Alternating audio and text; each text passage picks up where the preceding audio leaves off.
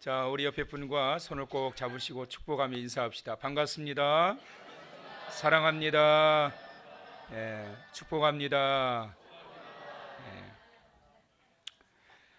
오늘은 9월의 마지막 주일을 맞고 있는데요. 하나님의 뜻을 따르는 자라는 제목으로 함께 하나님의 말씀을 받도록 하겠습니다. 한번 따라서 하실까요? 하나님의 뜻을 따르는 자. 얼마 전에 제가 뉴스를 통하여 믿겨지지 않는 한 사실을 접하게 되었습니다. 물론 우리나라에서 있었던 일은 아니고요. 실제로 일어난 일인데 어떤 자칭 믿음이 좋다라고 하는 한 기독교인이 사자의 우리에 들어가 가지고 사자들에게 복음을 전하겠다고 들어갔습니다. 두 팔을 사자들 앞에서 펀쩍 들고 복음을 전하는 거죠. 사자들아 들어라. 주 예수를 믿어라. 그리하면 너와 내 가정이 천국 간다. 처음에는 사자들이 진지하게 정말 잘 듣는 것 같더래요. 그런데 조금 있다가 아니나 다를까 이 사자들이 벌떡 자리에서 일어나서 예수 믿겠다고 세례받은 게 아니고 그 사람에게 달려 들어가지고 치명적인 상처를 그 사람이 입고 말았다고 그럽니다. 여러분, 과연 믿음이 좋다라는 게 뭘까? 여러분, 간혹 가다가 믿음과 객기를 구별하지 못하는 사람이 있습니다.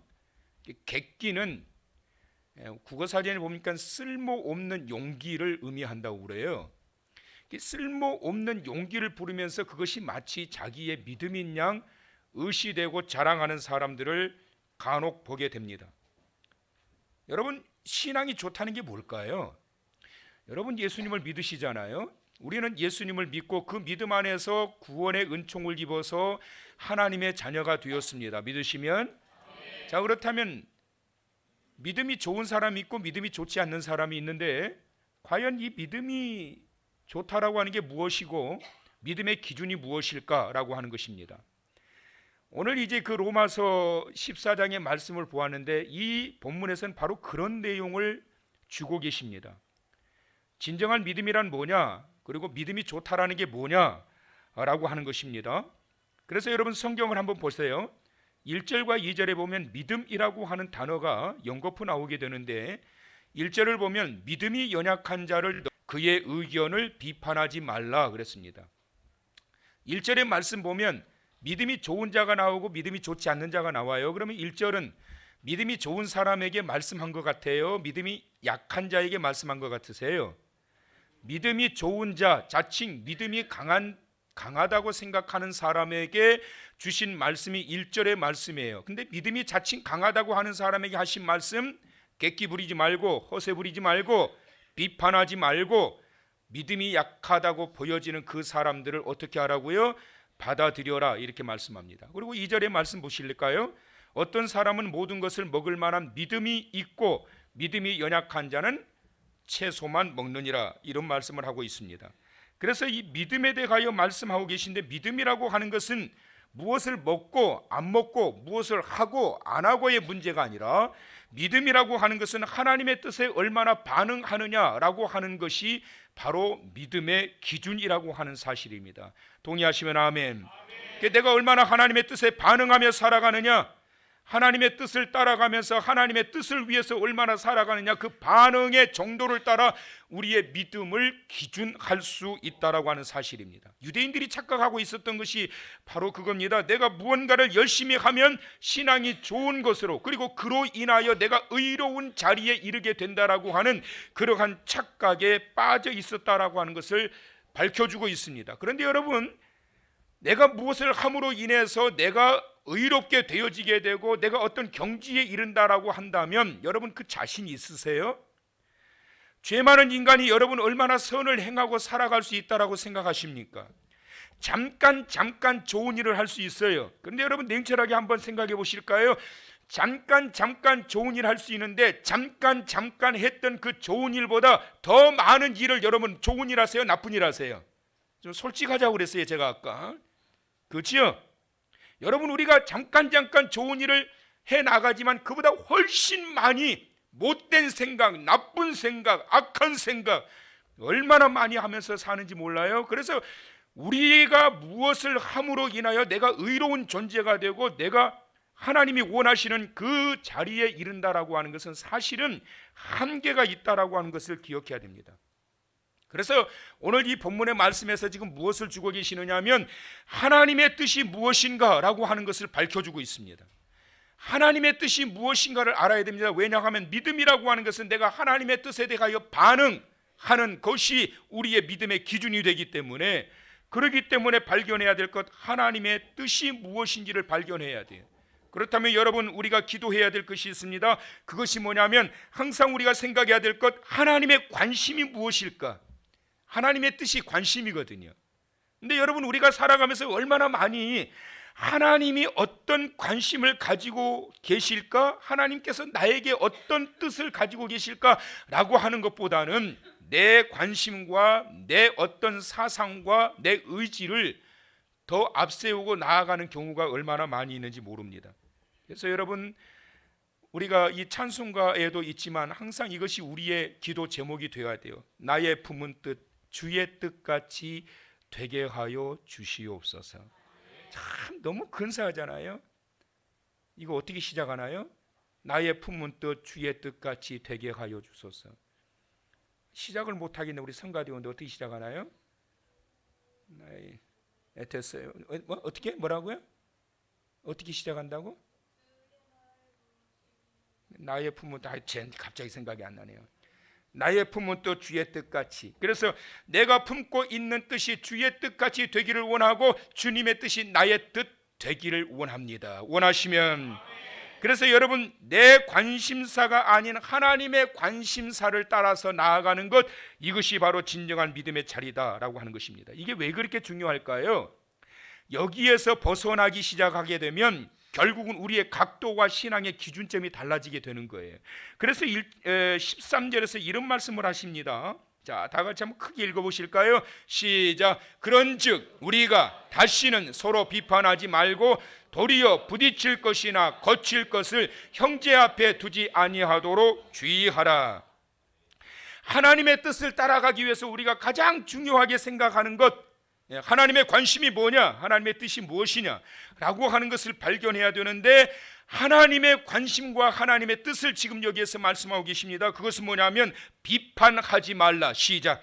비판하지 말라. 그런데 여기 보니까 다시는 서로 비판하지 말라. 서로 비판하는 것을 말씀하고 있는 거지요. 비판이라는 것 자체가 내 중심적입니다. 비판이라고 하는 것은 주관적이고 이기적인 모습이에요. 그래서 예수님께서 마태복음 7장 1절과 2절에서 이런 말씀을 하셨는데, 7장 1절에서 이 말씀하십니다. 비판을 받지 아니하려거든 뭐 하지 말라? 비판하지 말라. 그러니까 너희가 비판받기 싫으면 비판하지 말라라는 거예요. 그래서 이 비판이라고 하는 것은 부메랑이 돼요. 여러분 다른 사람 험담을 하면서 한번 돌아다녀 보세요.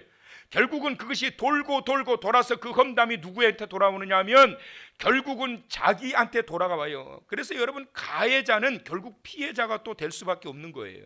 그래서 2절의 말씀에서 이 말씀합니다. 너희가 비판하는 그 비판으로 너희가 뭘 받아요? 비판을 받을 것이요 너희가 헤아리는 그 헤아림으로 너희가 헤아림을 받을 것이니라. 결국은 돌아오게 된다라는 거예요. 그래서 로마 교회에 있는 이 성도들에게 하시는 말씀, 다시는 서로 비판하지 말라. 여러분, 이 사람들이 살아가면서 자기의 기준이 있어요. 자기의 생각 중심이 있습니다. 근데 여러분, 이러한 것들을 가지고 돌아가는 이러한 모든 상황과 이런 모든 이 사회적인 분위기를 보면서 분별을 하고 판단하는 건 좋은 거예요. 그건 중요합니다. 분별력과 판단력도 없다라면 그게 뭐 사람이 그 생각 없이 사는 거지요. 분별하고 판단하는 건 중요해요. 그런데 성경이 금한 것은 분별과 판단은 필요하지만 비판하지 말라. 이건 예수님께서도 금지하셨고 사도 바울도 로마 교회를 향하여 이 말씀을 하셨어요. 어제 저녁에 소초동 검찰청사 앞에 무려 200만 명의 사람들이 모여가지고 시위를 했잖아요. 양쪽으로 갈려져 가지고. 그리고 또 한 부류들은 또 전국에 동시다발적으로 모여가지고 시위를 했다고 그래요. 그 사람들의 주장들을 보면 개혁한다고 그러고, 어떤 사람들은 또 너부터 개혁해라고 그러고, 서로 비판의 칼을 세우고 조금도 물러설 줄 모릅니다. 그래서 지난 금요일 저녁에 우리가 그런 기도했어요. 주여 성령의 하나 되게 하심을 따라 이 교회와 이 나라와 이 사회가 하나 되게 하여 주시옵소서. 하나 되지 못하여 나타나는 비극적인 모습이 뭐냐면 비판이에요. 내 생각과 그 사람의 생각이 달라지기 때문에 이것이 분별하고 판단하는 것은 좋지만 그것을 제대로 감당하지 못하게 되면 결국은 비난의 화살을 날리게 되고 비판하게 되는 거예요. 나는 옳고 너는 틀렸다. 두 번째로 거칠 것이나 거칠 것을 형제 앞에 두지 마라. 부딪힐 것이나 거칠 것을 형제 앞에 두지 마라 말씀하고 있습니다. 비판하게 되면 결국은 어떻게 될까요? 부딪히게 되는 거예요. 비판의 칼을 세우면 결국은 서로 부딪히게 되고 거칠 것이 생기는 것입니다. 그래서 남는 것이 뭘까요? 서로에게 상처만 남게 되는 것입니다. 그래서 서로에게 상처를 주는 말이나 행동을 삼가라는 것입니다. 그래서 이 말씀을 하십니다. 14절의 말씀 보면 다 같이 크게 읽어봅니다. 시작. 내가 주 예수 안에서 알고 확신하노니 무엇이든지 스스로 속된 것이 없으되 다만 속되게 여기는 그 사람에게 속되니라. 하나님 앞에 여러분 속된 것이 없다라는 거예요. 믿음으로 모든 것을 받고 나아가게 되면 버릴 것이 없고 속될 것이 없다. 그러나 다만 속된 것이 있는데 속되게 여기는 그 사람에게는 속된 것이니라. 왜 그렇지요? 속되게 여기기 때문에 자꾸만 공격하고 비난하고 비판하는 것이에요. 무엇을 말씀하고 있는 걸까요? 별반 다를 게 없다라는 거예요. 50보 100보라는 거예요. 결국은 부메랑이 되어서 너에게 돌아오게 된다라고 하는 그 말씀을 주고 있는 것입니다. 왜 오늘 이 본문에서 이런 말씀이 강조되고 있을까요? 로마 교회에 두 가지의 문제가 있었는데 그게 이제 고린도 교회에 있었던 문제인데요. 음식을 먹어도 되느냐 먹어서는 안 되느냐, 이 음식을 먹어야 되느냐 먹지 말아야 되느냐라고 하는 것과 날에 대한 문제가 14장에 고민과 갈등거리가 되어졌어요. 그래서 생각을 다르게 하는 사람들이 두 쪽으로 나눠져 가지고 이것은 먹어도 된다, 이것은 먹어서는 안 된다, 완전히 그냥 파가 나눠져 버리게 된 거예요. 서초동 검찰청 앞에 200만 명이 모여서 시위를 한 것처럼 완전히 나눠져 가지고 너는 틀렸다, 너는 잘못됐다 비판하면서 공격을 하기 시작한 거예요. 그것이 뭐냐면 음식, 고기를 먹어도 되느냐 말아야 되느냐. 그 당시에 로마의 모든 시장에서 판매했던 대부분의 고기들이 우상 앞에 제사 지내고 판매했던 고기들이에요. 근데 그 당시 가난한 사람들은 그래도 그거라도 먹으려고 제사 지낸 음식을 싸게 팔았단 말이에요. 그래도 그거라도 사서 먹으려고 이제 먹는데 저 더러운 우상 앞에 이 제사 지낸 제사 음식을 먹어? 너는 믿음도 없는 것이야. 그러면서 막 공격을 한 거예요. 그러면서 이 먹는 자들은 또 어떻게 비판을 내느냐면 우상이 별거냐? 우리는 예수 그리스도 안에서 자유롭게 되는데 우상이 별거냐? 예수 그리스도 안에서 우리는 해방함을 받았고 자유함을 받았고 저 우상은 아무것도 아니다. 그걸 오히려 염려해서 먹지 않게 되면 우상을 인정하는 꼴이 아니냐. 이래가지고 우리는 먹는다. 여기에 대하여 완전히 나눠지게 됐습니다. 그리고 날에 대하여 또 나눠지게 되는데 그 날은 뭐냐면 주의 날을 어떻게 지키느냐에 대해서, 주의를 어떻게 지키느냐에 대해서 이것 때문에 또 두 부류로 나눠지면서 신랄한 비난을 하고 비판을 하게 되었어요. 사도 바울이 이러한 모습을 보면서 너희의 이런 행태는 결국은 마귀만 좋아하게 된다. 공동체가 혼란에 빠지게 되고 시끄러워지게 서로 비난하고 비판하는 그런 상황에 이르게 되면 본질은 상실되어져 버리게 되고 결국은 사탄 마귀만 좋아하게 된다. 그래서 본질을 잃어버리면 안 된다. 그래서 17절에 이런 말씀합니다. 하나님의 나라는 먹는 것과 마시는 것이 아니요 시작 오직 성령 안에 있는 의와 평강과 희락이라. 하나님의 나라는 무엇을 먹고 안 마시고 이게 중요한 것이 아니라 하나님의 나라의 본질이 무엇이냐. 첫째는 의다. 의라고 하는 게 뭐냐면 믿음을 의미하고 있거든요. 믿음으로 했느냐, 믿음으로 갔느냐, 믿음으로 실천했느냐. 믿음이 하나님의 나라의 본질인 것이다. 두 번째는 평강인데 믿음 안에서 누려지게 되는 축복이에요. 여러분 진정한 참 믿음의 가치를 가지고 믿음 생활을 하는 자들에게는 하늘의 평안이 임하게 됩니다. 오늘 이 아침 그 시간 되시길 축원합니다. 진정한 믿음의 가치를 알고 믿음 안에 살아가는 자들에게는 평강이 임하게 돼요. 그리고 평강과 함께 찾아오는 것인데 그게 희락이에요. 마음의 평안이 오면 얼마나 기쁜지요. 근데 여러분, 믿음이 사라지게 되면 마음의 평안도 떨어지게 되고, 마음의 평안이 떨어지게 되면 기쁨도 사라져 버리게 되는 거예요. 하나님의 나라의 본질은 바로 이런 것이다. 그래서 18절에 이런 말씀합니다. 이로써 그리스도를 섬기는 자는 하나님을 기쁘시게 하며 사람에게도 칭찬을 받느니라. 온전히 바르게 주님을 섬기는 자들은 하나님께 기쁨이 되고 사람들에게도 칭찬을 받아 그로 인하여 하나님께 영광을 돌려드리는 그러한 자가 된다는 것입니다. 그래서 22절에 말씀합니다. 내게 있는 믿음을 하나님 앞에서 스스로 가지고 있으라. 시작. 자기가 옳다 하는 바로 자기를 정죄하지 아니하는 자는 복이 있도다. 잘 보세요 여러분. 자기가 옳다 하는 바로 자기를 정죄하는 것이 될 수 있다는 거예요 여러분. 그러니까 자기 주장이 너무 강하면 그것이 결국은 어떻게 되느냐 하면 공격의 화살을 날리게 되고 비판의 강도가 강해지게 된다는 거예요. 자기가 옳다 하는 바로 자기를 정죄하지 아니하는 자가 복되도다. 자기만 옳다고 주장하는 자는 결국은 비판과 공격이 강하게 나타나게 됩니다. 그러므로 하나님의 뜻을 말씀해 줍니다. 하나님의 뜻, 결국 하나님의 뜻이 뭐냐? 3절의 말씀을 다 같이 보시는데, 자, 먹는 자는 먹지 않는 자를 뭐하지 말고 업신여기지 말고, 먹지 않는 자는 먹는 자를 뭐하지 말고 비판하지 말라. 다 같이 시작. 이는 하나님이 그를 받으셨음이라. 여러분 보세요. 성경에 보니까 먹는 자도 받으셨고 먹지 않는 자도 받으셨어요. 단 조건, 믿음 안에서 행했을 때. 가장 중요한 게 마지막이란 말이에요 여러분. 먹는 자도 하나님이 받으셨고 먹지 않는 자도 받으셨는데 믿음 안에서 행하는 것들을 다 받으셨다. 그렇기 때문에 업신여기지 말고 비판하지도 말라라는 말씀을 주고 계시는 거예요. 하나님이 나름대로 다 그들을 받으셨다는 게, 이 세상에 여러분 절대 진리란 없어요. 오직 유일하신 예수 그리스도, 그분만이 진리가 되시는 분이고 그 외에는 절대 진리라는 게 없어요. 어제까지는 맞았던 게 오늘 틀리기도 하고, 오늘 틀렸던 것이 내일 맞기도 하는 게 우리의 살아가는 현실이란 말이에요. 그런데 어떻게 자기의 좁은 생각이 절대 진리화 되어져서 그걸 가지고 비난의 화살을 날리고 비판한단 말이에요. 사람들의 생각이 얼마나 좁은지 몰라요. 자기 생각이 이게 옳은 것 같은 거예요. 그게 그렇게 보여져요. 그러니까 자기 주장이 강해질 수밖에 없는 거지요. 이것이 바로 로마 교회의 성도들에게 나타났던 이런 모습이었고, 두 그룹으로 이렇게 나누어져서 믿음의 차이를 통하여 생각이 달라지면서 교회 안에 혼란이 일어나게 되었던 것입니다. 그래서 말씀하십니다. 서로를 용납하라. 사랑하는 성도 여러분, 주장하는 것보다 아름다운 것이 있습니다. 그것은 용납하는 거예요. 주장하는 것보다 아름다운 게 있습니다. 그것은 용납하는 거예요. 아직까지 이해를 못 하셨군요. 주장하는 것보다 아름다운 것이 있습니다. 그것이 용납하는 거예요. 여러분, 다름의 차이를 인정을 해 주셔야 돼요.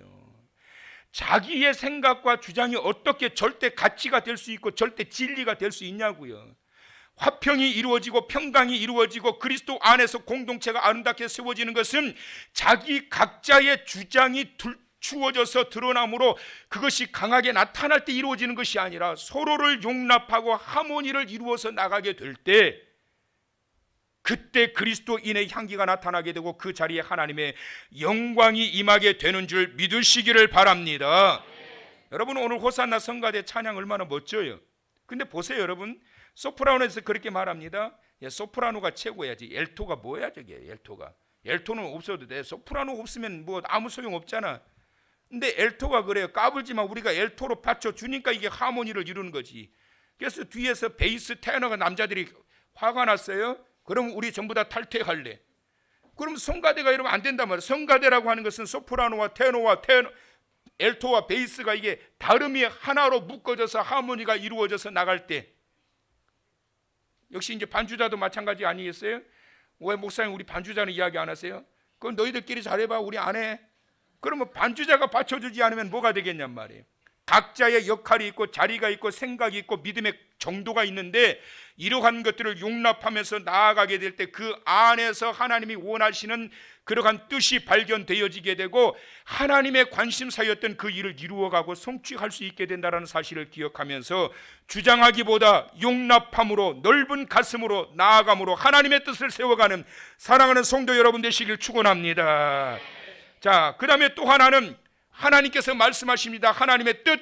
또 하나는 하나님의 뜻대로 세워라. 시작. 하나님의 뜻대로 세워라. 시작. 하나님의 뜻대로 세워라. 4절에 이런 말씀이에요. 남의 하인을 비판하는 너는 누구냐?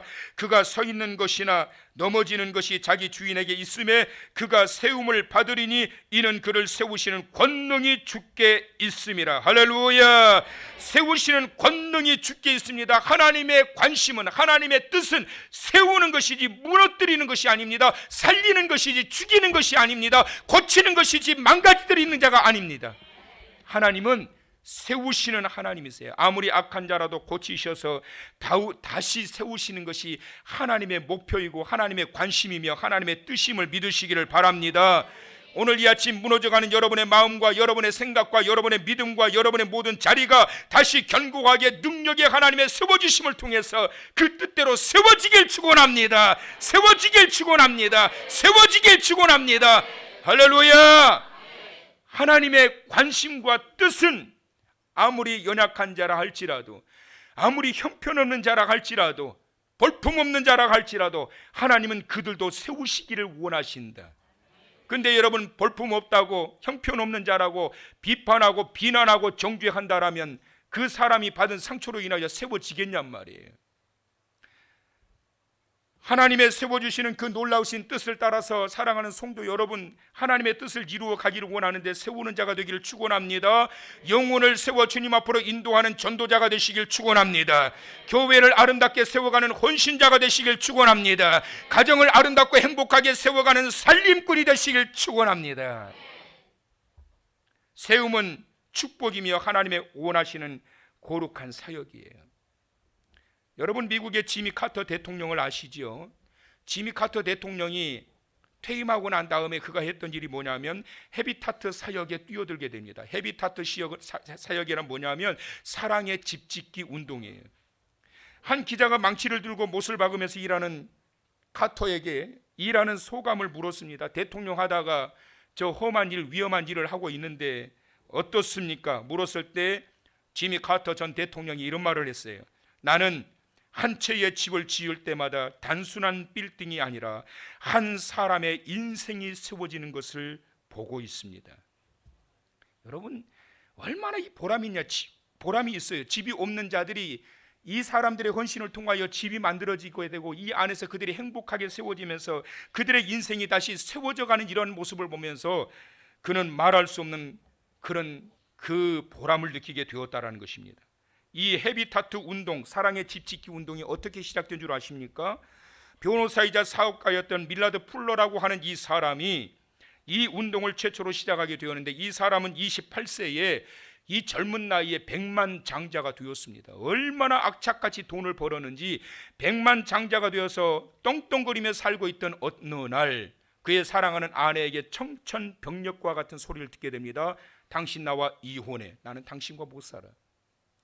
그렇게 많은 돈을 벌어가지고 이제 귀부인이 되었고 잘 살게 되었는데 갑자기 뜬금없이 아내가 나는 당신과 못 살아. 이혼해. 그리고 그 남편에게서 떠나가 버렸습니다. 그런데 이혼 사유가 뭐냐면 돈이 전부인 줄 알고 살아가는 남편의 인생의 환멸을 느꼈다. 돈이 인생의 전부인 줄 알고 살아가는 남편의 인생의 환멸을 느꼈다. 이게 밀라드 풀러라고 하는 이 사람이 충격을 받은 거예요. 그러면서 이가 고민에 빠지기 시작합니다. 어떻게 하면 의미 있는 삶을 살 수 있을까? 그래서 그가 고민 끝에 내린 결론이 뭐였느냐 하면 내 모든 재산을 다 정리하자. 그래서 그가 가지고 있었던 전용 비행기, 전용 보트, 모든 자동차, 모든 재산을 다 팔아가지고 정리해서 가난해서 무주택자로 살고 있는 이 사람들의 집을 지어주기 시작합니다. 이것이 바로 헤비타트, 사랑의 집짓기 운동이었고 그것이 전 미국 사람들에게 존경받는 사역이 되어서 지미 카터 대통령조차도 은퇴하고 난 다음에 보람 있는 이 일에 뛰어들게 된 것입니다. 헤비타트 관계자는 이 일을 통해서 이런 그의 생애에 대해서 이런 요약을 했습니다. 그는 욕심을 버려 하나님을 만났고 물질을 포기하고 가치를 발견했고 특권을 포기하고 행복을 얻었으며 자신을 버려 이웃을 찾았고 쾌락을 잃어버리고 영향력을 남길 수 있었습니다. 결국은 자기의 모든 것을 내려놓음으로 인하여 그는 얻었던 것이 뭐냐면 기쁨과 행복과 삶의 의미를 발견하게 되었다라는 것입니다. 하나님의 뜻대로 살아간다라는 것은 여러분 말처럼 쉬운 것은 아닙니다. 그런데 쉬운 방법이 있습니다. 하나님의 뜻대로 살아가기 위해서 가장 먼저 필요한 것, 나부터 모든 것을 내려놓는 것입니다. 내려놓지 못하기 때문에 고통의 자리에서 눈물이 마르지 않는 거예요. 내 생각과 내 주장을 내려놓지 못하기 때문에 자꾸만 비난하고 비판하고 정죄하고 흥분해 있는 것이에요.